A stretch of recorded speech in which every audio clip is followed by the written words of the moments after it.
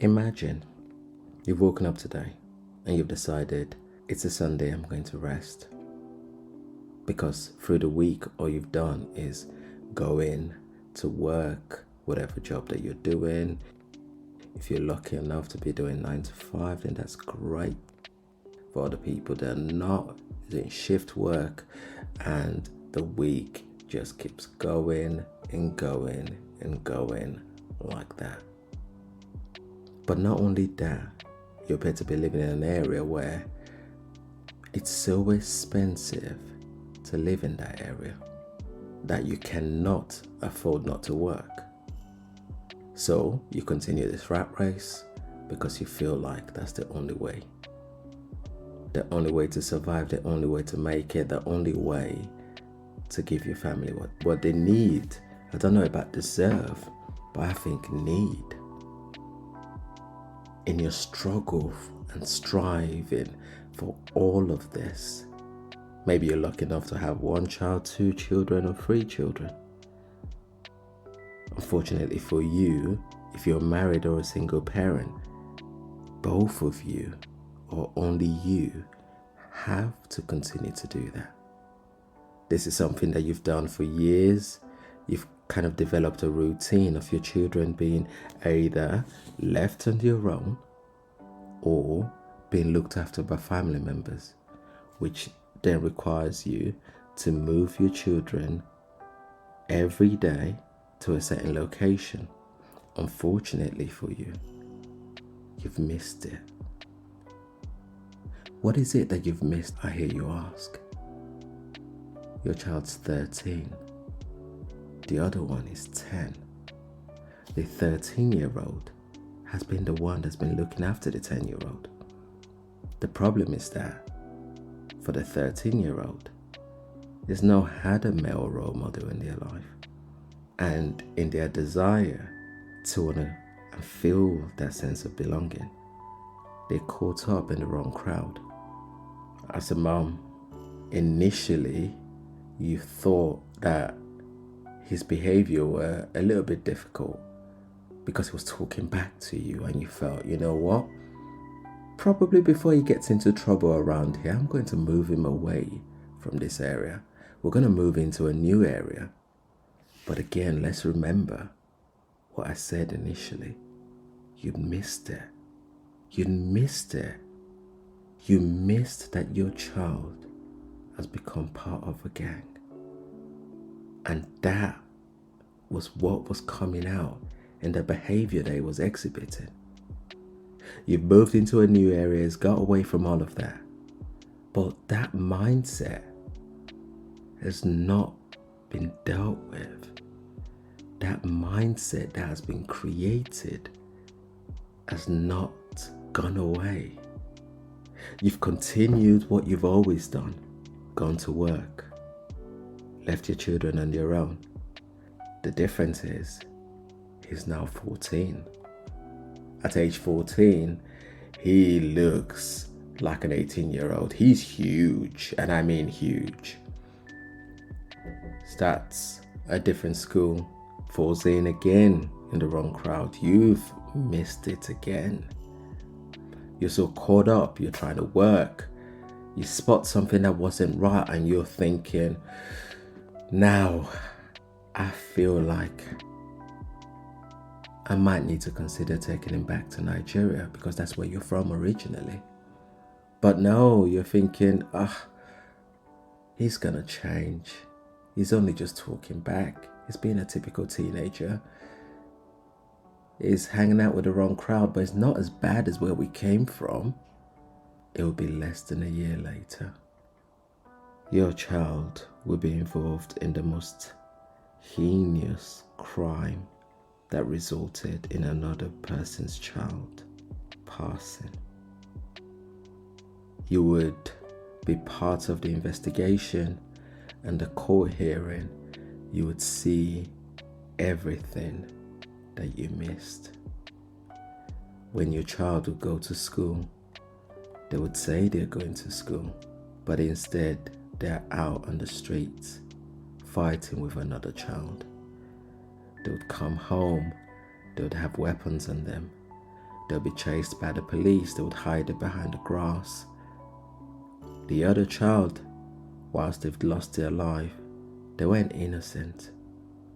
You'd think back at the moment when you thought, probably best if I take him back to Nigeria now. And you would kick yourself for not making that happen. The problem there is you can't do that now. You can't take it back. You can't rewind back time.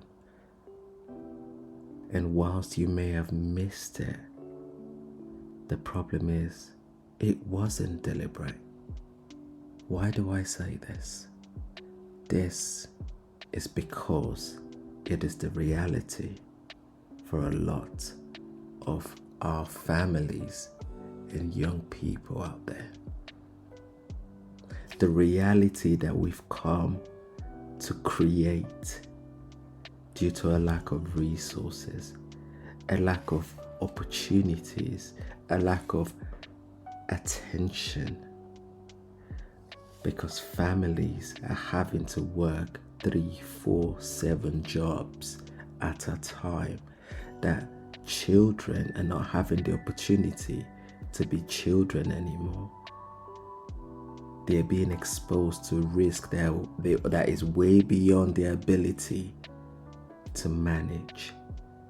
But what do? They improvise. And what happens when people that are not knowledgeable enough to manage themselves, they can't bathe themselves properly, they can't clean their teeth, they can't tidy their room, they can't even cook for themselves, take up decisions that are even beyond some adults' comprehension, they mess up. And when they mess up, we can't blame them for messing up. The reason is that we haven't prepared the kids to be able to manage this level of pressure. You get rid of the youth centers, get rid of the people that are coming into schools to have those real life conversations with them, the challenges of the streets. And we wonder why more and more of our young people are finding themselves caught up in this rat race. If they're lucky enough to be with us, then half of them are behind bars. Why is that acceptable? This is not just a Nigerian thing. This is not just a Peckham thing. This is not just a black thing. This is a universal problem. Rather than focus the blame on the parent, the child, we need to create opportunities where people are supported to be able to live. Don't you think we deserve to be more than just survivors? Imagine if this child was your son, was your daughter, was your brother, was your uncle. It's important that we imagine that, because then we don't see them as people that are less than us, as people that require a different sort of label, but as humans that deserves just as much opportunities as we've had. The government has got a role to play in all of this, but so do we.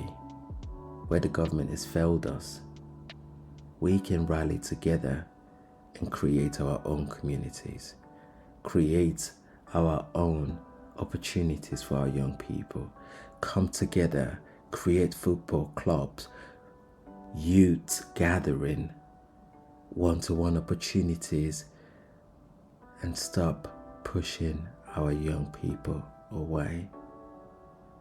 When we notice something doesn't seem right, that's because a lot of the time it doesn't seem right. We need to have those conversations rather than say, it is not my problem. I am not their parent. That's their parent's problem. But the most important thing is that we don't even share that concern that we've got with the parent. We leave it and hope that they find out for themselves. And where we've had those problems shared with us, we should make sure that our ego doesn't get in the way of listening.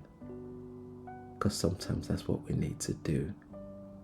Listen. I'm going to stop there today. Let me know in the comment section below what you think about this and how you think that we can fix this. No blame attached, please. Critical thinking is all we're asking for, because that's only how we can change things. Until next time, it has been Kings. Peace. Bye for now.